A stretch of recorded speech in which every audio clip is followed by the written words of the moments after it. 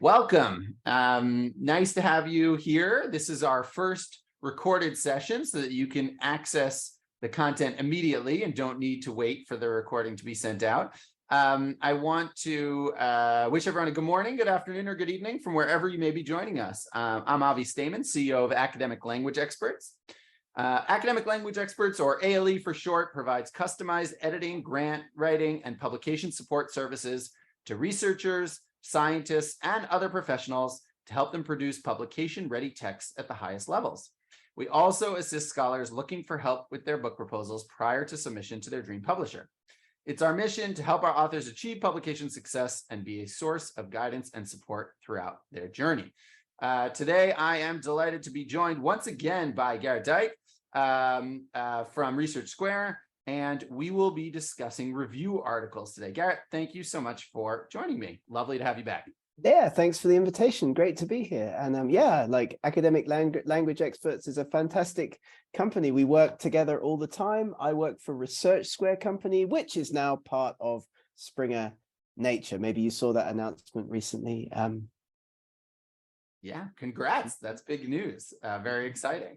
Now we are going to have even though this is a recording, we will set a special time that you can follow up with Q&A. So be on the lookout for that in the email so that you can ask any particular questions that we didn't have the chance to cover, or even if you have specific questions about your particular research, Garrett and I are all too approachable and are welcome to field your questions whenever is a good time for you. Okay, so I want to start off, Garrett, with the basics, because we're going to be discussing review papers today, and I think this is not your typical research paper, and there's a bit of confusion I find sometimes among scholars about what is a review paper, maybe more importantly, what is not a review paper, and what's the purpose of writing a review paper to start with?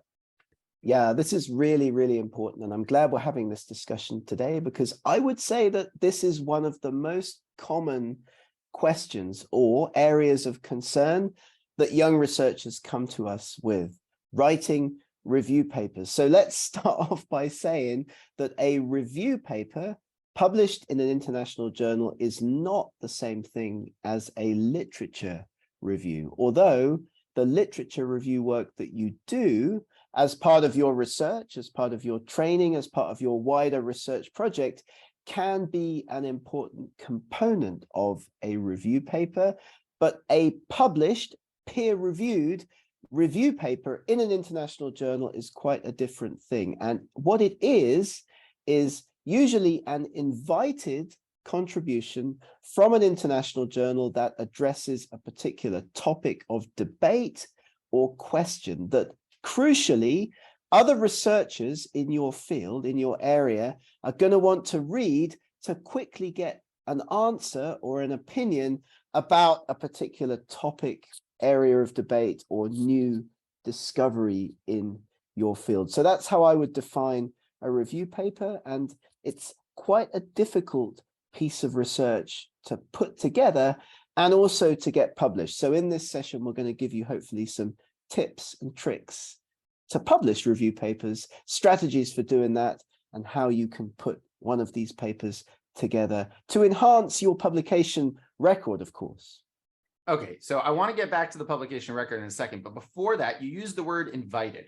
So does that mean that anyone who has not received an email, an outreach from a journal, should turn off this recording right away and wait for that to happen? Or are there cases where scholars can be proactive and suggest or pitch a publisher on a particular research paper, or review paper that they think is important for the field?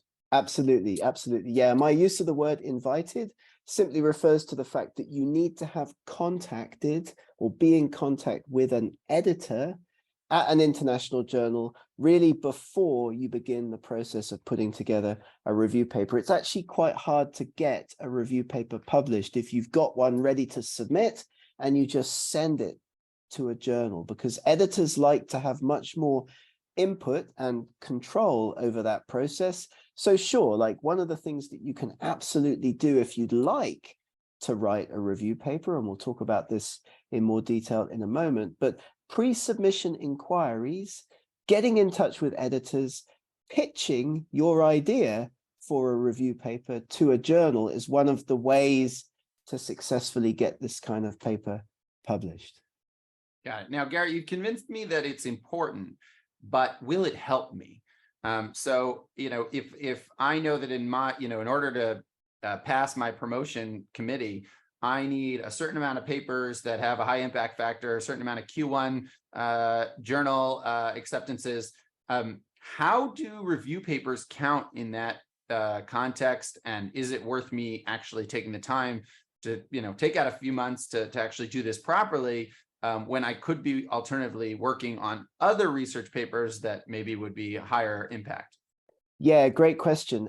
Actually, because review papers are very highly read, usually by other researchers in your field, they can be a very, very good idea career-wise, because you're going to get a lot of citations if you write an effective review paper on a question that people are interested in, or on a topic that's, key or new or developing in your field. And so there are journals that just publish review papers. Nature Reviews, for example, is one. So something that I would seriously consider thinking about, and my PhD supervisor actually gave us this advice when we were young researchers. You write a couple of original papers, and then you try to aim for a review paper. So a few papers on a particular topic, you build your reputation in a particular field as you work on your PhD, as you work on your postdoc, and then of course you become an expert in that particular field. Nobody else is working as much as you are on that particular research topic. So then you position yourself, you start to get into a good position to be able to go to an editor and say, I know of this question, this issue, this developing research area. Would you be interested in a review paper on this topic? And you can go with a short proposed summary of what the review paper is going to contain.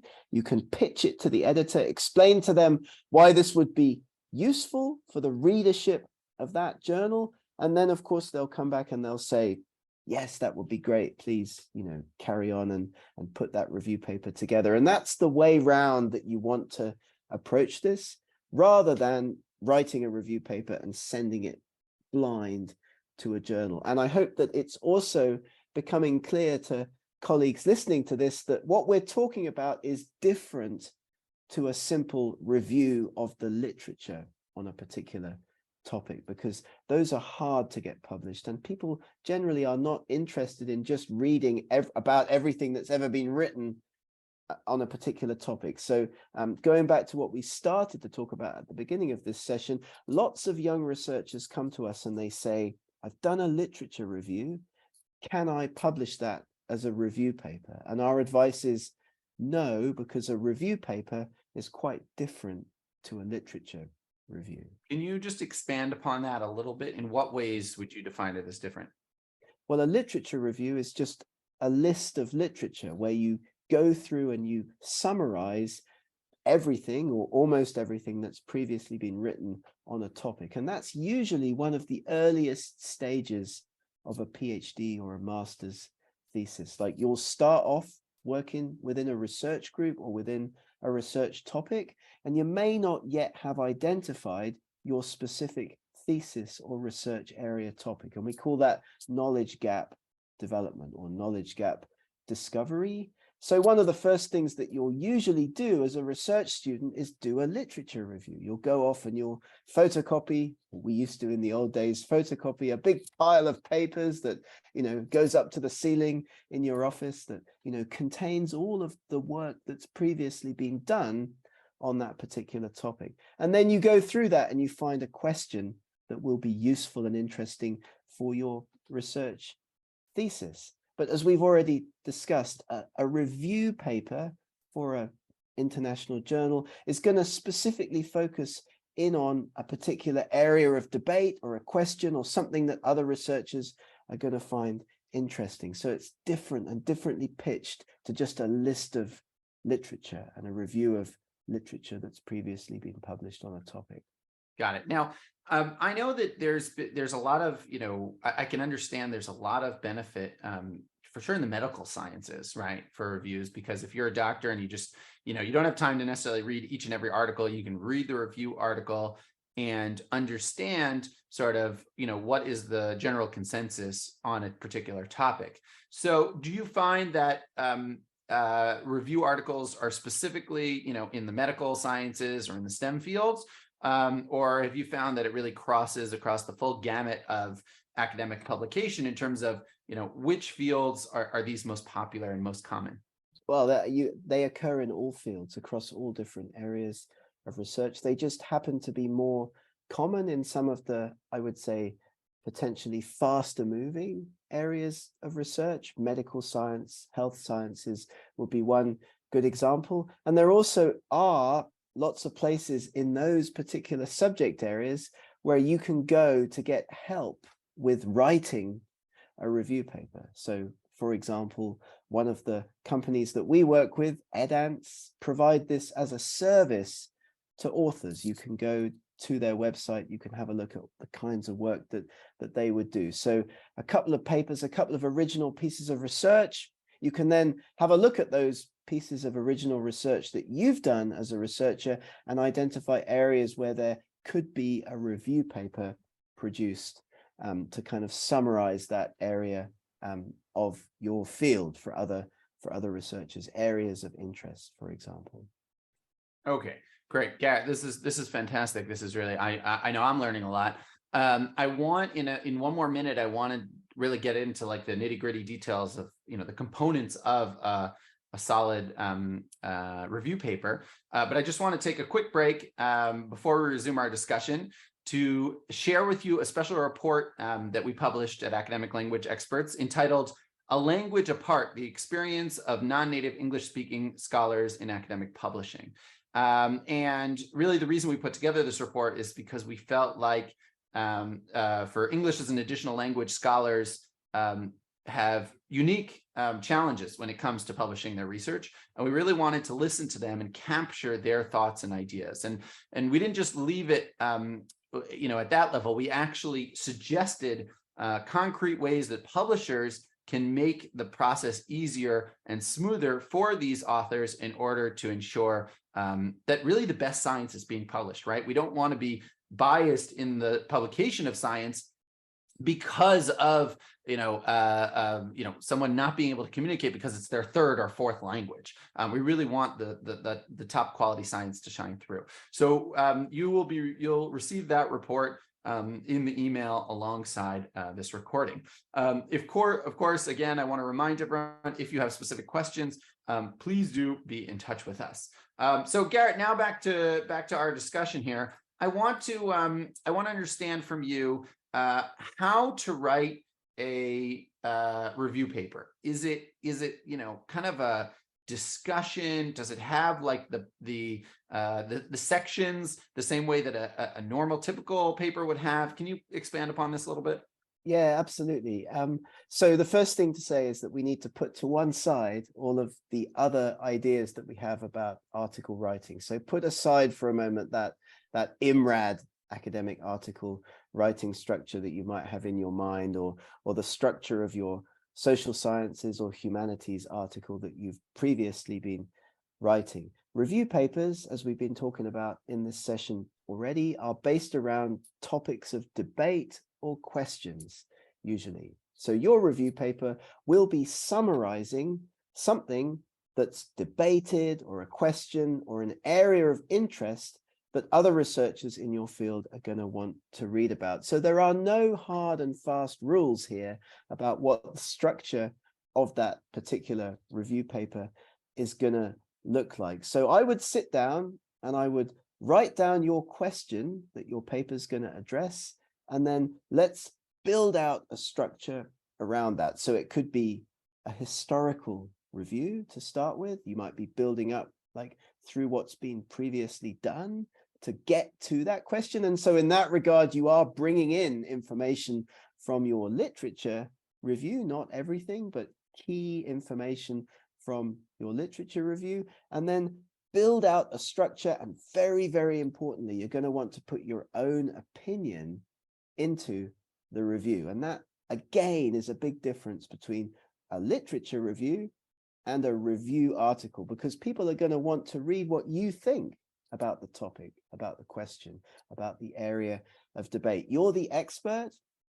You know, nobody else knows as much about the topic as you do. That's why you're writing the review paper, because you are the expert. You're also going to position yourself in that way in the piece of writing that you do. So set the scene, tell us what's known, and tell us your opinion. And that's, I would say, the basics of the structure of an effective review paper. I mean, that sounds actually very different from a traditional research paper where we are trying to stay as unbiased as possible or not let our personal convictions shine through. It sounds like you're saying here that actually the idea of a review paper is that it's someone who has taken the time to look at the existing literature and actually kind of, I guess I would say, boil it down or collate it for us in a way which is or curate it for us in a way which allows us to act. So in many ways, it feels to me like the bridge between the world of theory and the world of research and the world of practice, because most likely you're going to be writing a review article with the goal of enabling someone in the field or in the industry to actually act upon whatever it is that you're reviewing. Yeah, absolutely. Absolutely. And if you stop for a moment and have a think about the review papers that you've read in your own field, and we've all read review papers in our own field, who are the people usually writing those review papers? Well, in my field, in biology, in paleontology, I would say, well, those are the field leaders. Those are the people who are, I would say, like at the forefront of our research area. So the trick here is to position yourself now as one of those leaders in your own research field. How do you make that transition from your young researcher, you know, up and coming, keen academic, writing original research papers, of course, to an author of a review paper, to somebody who's respected and is going to be widely read in the field? And there's no hard and fast rules for this, but putting together a review paper, you're going to be bridging that gap now. And when people read your review paper,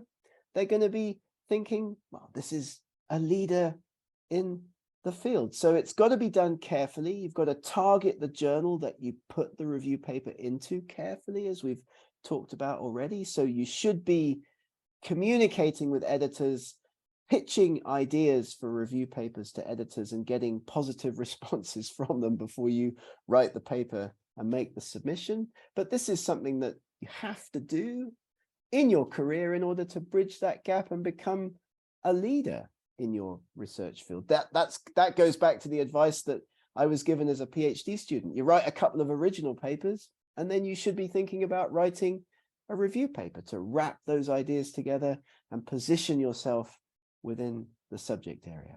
Yeah, it's a little bit of it's interesting. It's like a little bit of cat and mouse, a little bit of a here, because on what I'm hearing from you is, on the one hand, you should perceive yourself as an expert in the field to write a review. And on the other hand, writing a review makes you an expert in the field, right? So I think that that's really important, especially for some of the early career researchers who might be listening to this, to say to themselves, well, I'm not an expert. Well, don't sell yourself short, right? Meaning you have taken the time to do a PhD, and yes, your advisors are clearly an important part of that. But that doesn't mean that at the end of the day, you don't have an insight that others that don't have. You most likely do. So I wouldn't suggest people start writing review papers, fresh out of their master's thesis. But I don't think that you need to have 35 published papers in order to write a review. So it's don't be hesitant because you haven't done it before, or because you don't see yourself as an expert. I think that's something that a lot of academics struggle with, is being able to be proud of the accomplishments and the knowledge they have, or even being aware of the fact that they really have are a world expert in this field, for as many or as few people will follow. Now, I want to ask you, Gareth, in today's day and age where, like, we're just kind of flooded with, potential, with research and with articles. And, depending on what field, we can't even always cover all of the different, possible angles to a particular topic. How do you recommend going about doing a literature review that on the one hand is thorough, but on the other hand has a starting point and an end point, right? Because I think that, I know this for myself when I was doing my own research. You can just go down so many rabbit holes, and there are so many articles that are fascinating to read that it's hard to kind of know when to stop. So how do you recommend like a strategic way for going about organizing yourself when it comes to literature review? Yeah, that's a great question. And of course, like a literature review can be endless, can be never ending. And so you do want to try to organize that process. So you start your project, and this is relevant to anybody starting a PhD or a master's thesis, or even a new research project, like as an established academic. So I would say, do not start with keyword searches. Do not start with online database searches, because those just do open up like loads of different doors and endless rabbit holes. Like my number one piece of advice for being efficient with a literature review search is to start with one paper. Start with one paper that you really think is an important paper in your field, relevant to the question that you wish to review the literature on. So that could be a recent paper published by a leading international academic, like in the field. And that's the advice that we would give to PhD students, rather than typing in a bunch of keywords into Google Scholar or whatever. Go through the reference list of that key piece of literature that you've identified. So for me, that would be a paper published in Nature or Science by a field leading expert on the topic within my field, paleontology, that I wanted to literature review. I'd go through the reference list of that paper, and then I'd work back from that and start going through the reference lists of the reference lists until I have what looks like a comprehensive set of PDFs on that particular topic. And then I would go in and start checking with some keyword searches, some targeted keyword searches, to make sure that I haven't missed anything obvious. But nobody expects you ever to have found and read everything that's ever been published on your particular research topic. That's what research is all about. You're always learning, you're always gathering more literature. And for sure, like even the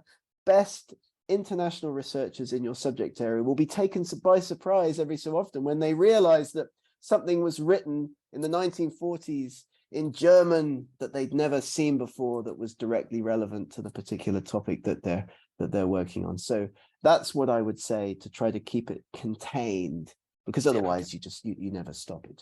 I think we have to learn how to forgive ourselves for not expecting to never miss anything, because there's just so much information that it's impossible.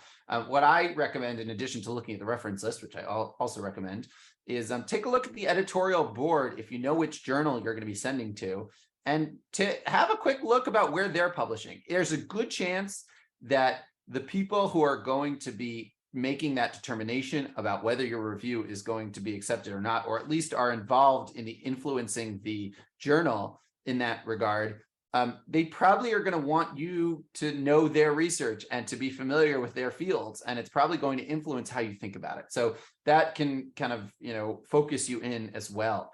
And the other thing I would say is that, and this may be obvious, but not every article needs to be read. And what I mean by that is that the abstract has a purpose, right? And you should be going through abstracts, and you can get through 30 abstracts in the same amount of time that you can read a paper seriously. So look through the abstracts, pick out the ones that you think are most relevant, and then do a deep dive in those. But you don't have to read every single article that potentially has something to do with your research.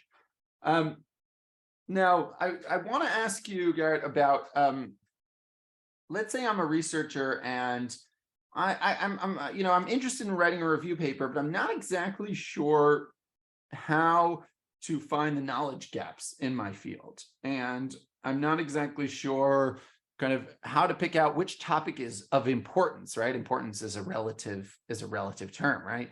I may think something is super important and then the journals don't. So how do you recommend to scholars to identify the gaps in the research so that they can then go and really pick a topic that's going to be compelling for a publisher? Yeah, the trick here, that's another great question. The trick here, indeed, if you're going to get your review papers published in journals that are worthwhile for your career, and so of course we mean journals with higher impacts, journals with wider readership, like the really important thing to think about is, okay, you think your research is interesting, of course you do, that's your research, and people get very closely focused on their individual research questions, especially when they're working all the time on their PhD or postdoc, for example. But what's the bigger picture? Like, why is the question that you're working on going to be of interest to a bigger, wider readership? And some of the review papers that I was able to successfully get published in my career were not focused on the nitty-gritty anatomy of the fossils that I was working on, even though that was my research area and my real interest. They were focused on how those fossils could help us understand bigger pictures like climate change over time, for example. So that's a key, I would say. You will find your research interesting, of course you will, and 5 or 10 other people in the world who also work in your specific research area will find your research interesting. But we want to get our research papers published in big journals. We want those annual reviews papers. And annual reviews, by the way, is one of the big journals that just publishes review papers in STEM disciplines. So have a look at the annual reviews in your subject area. There's one for earth sciences, there's one for biology, there's one for planetary sciences. And what they do, by the way, is they line up review papers that they're going to publish annually. Annual reviews is the name of the journal series. It's got a big impact factor, and you are aiming for journals like that with your review papers. So big picture questions, something that everybody's going to find interesting. I know it's easier in some subject areas than others to find those hooks, but you can do it, and that's the key, I would say. Yeah. I'm really happy you brought up annual reviews. Shout out to them, because they really do great work. We had the privilege of collaborating on a few projects over the last few years, and they're really kind of the leading, one of the leaders when it comes to how to do reviews in a proper way. They did tell me that most of what they do is by invitation, but like Gareth said before, I do think that if you have a compelling case to make in a subject area that is of interest to them, I think you have nothing to lose by reaching out. And the other thing, and maybe with this, Gareth, we can conclude, and this is sort of half just an insight and observation, is I think that this discussion about review papers leads me to something that I've noticed over time, which is that I think scholars tend to get hyper focused on the classic research article.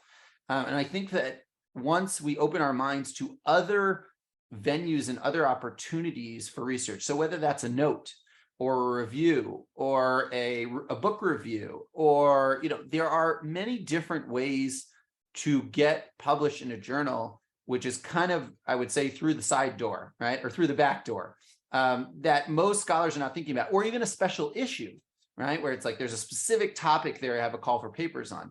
These are all ways that we can get our research into those places that we've always wanted to, but with a little bit less of that tight, tight competition that exists for the classic research article. And you obviously have to check ahead of time, what's the value going to be for your, in terms of metrics, in terms of your promotion committee. But let's put it this way. If you manage to get a review published in Annual Reviews or published in Nature, you won't regret it, right? Even if it's not the same as getting an article published in Nature. And in terms of the chances that you can do it if you do it properly, the chances that it will, that simply the competition there is lower. Because I think people just don't think in terms of that frame of mind. So, oftentimes I even have scholars who will come to me and they just have an article that's too long and they're trying to cover too many topics. And I say, take it, split it up. One of the, take part of it can be your main research article. Maybe there's something that you noticed, it's not big enough for an article, but you want to get it published. Maybe that's a note in a different journal. Wow, all of a sudden you've created 2 or 3 publications out of what you thought was one publication. And you've really kind of, maximized your research and gotten everything out there in a constructive manner. So I think a review might be a really good opportunity if, let's say, you spent a lot of time covering a subject, you didn't, in your research itself didn't have any major, conclusions that were groundbreaking, but just that time in doing all that legwork to, kind of save that and throw it into your, throw it on your computer and not get it out there, to me is a big shame and wasted opportunity. So if there's one takeaway from this chat today, I think it's, make sure to think out, may always be looking at what the publishing opportunities are from the journal. Think about whether a review paper is good for you. And one last thing to end off is that I really think review papers, aside from all the, very pragmatic things that we discussed today, they're an opportunity to give back to the industry or the field that we're in. And I think that that's really important. I think that all researchers would love to do it, but they say, well, I've got this responsibilities and the tenure and and so I don't have time to really give back. In this way, think about if you can just take the existing literature on cancer treatments in a specific field, and you can make it clear and obvious, so a doctor, in real time can go and get that information. I think that's invaluable, and I think that really is a service not only to your own career but also to society as a whole. So I think that there's there's an argument to be made here, well beyond your own your own self-interest.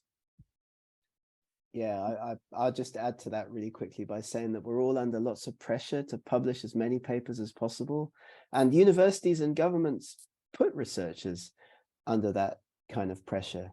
But if you take a step back, your original primary research is the key research, the key basis for your original publications. You need that to get your PhD, you need that to build your career. But as Avi said, it shouldn't be the only kind of article that you're writing. Book reviews, commentaries, responses to other people's papers. If you see something published that you don't agree with, you can write a response. Keep it non-aggressive and friendly, but that's also something that you can think about doing as well as review papers, because these are all less competitive, as Avi said, ways to boost your CV. Of course, too much of a good thing can be bad. You don't want to be that researcher who just publishes book reviews or just publishes, nagging little commentaries on the work of others. There are people like that out there in the world. You want a rounded CV of publications with original research, book reviews, commentaries, short articles, and review papers. And that's the way to build an effective publication-based CV and get to the next career stage, I would say. Fantastic. Garrett, I want to take this opportunity to thank you, wish you a happy holidays. I want to wish all of our audience a happy holidays as well. If you're watching this after the holidays, well then I hope you enjoyed your time off and took some time with the family and friends and loved ones. Garrett, before we go, anything you want to plug, any upcoming events that happening on the Research Square side that you want to let people know about? Now, we have regular blog articles, regular events, so do have a look at researchsquare.com, do have a look at aje.com if you're interested in learning more about the work that we do. We're doing webinars every week and events on a regular basis. But thanks very much, everybody, for listening.